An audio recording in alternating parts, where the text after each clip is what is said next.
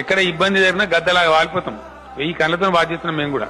ఇప్పటి వరకు ఇన్కన్వీనియన్స్ లేదు, రానివ్వం. వస్తే ఏ క్వార్టర్లో మీరు చెప్పినట్టు ఇండస్ట్రియల్ వర్కర్ కావచ్చు, ఇంకోలు కావచ్చు. మనం అంతా పేద రాష్ట్రం కాదు. మనం అవసరం అనుకుంటే 1000 కోట్లు ఖర్చు పెడతాం, ఆదుకుంటాం. వాళ్ళకి పని దొరుకుతలేదంటే ముందు రేషన్ కావాలన్నా 15 రోజులు రేషన్ కావాలన్నా వీళ్ళు సెండ్. ఏ కుటుంబాలకు లేకపోతే ఆ కుటుంబాలకు పంపిస్తాం బాధ్యత.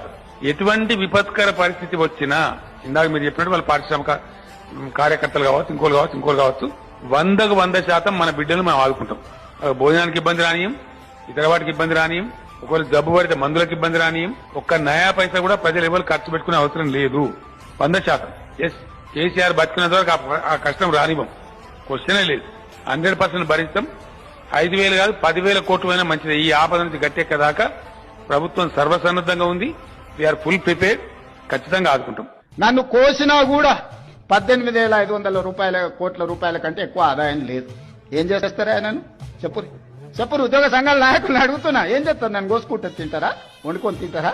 రాష్ట్రం ఆర్థికంగా బాగలేదు, అప్పు పుడతలేదు, అనా పైసా ఎవడు ఇస్తలేడు. ఎవరినన్నా కలవడానికి పోతే బ్యాంకర్లు దొంగలను చూసినట్టు చూస్తున్నారు తెలంగాణ రాష్ట్ర ప్రతినిధులను. ఎవడు ఢిల్లీకి పోతే అపాయింట్మెంట్ కూడా ఇస్తలేడు, వీడు వస్తే చెప్పులు కూడా ఎత్తుకుపోతాడేమో అన్నట్టుగా.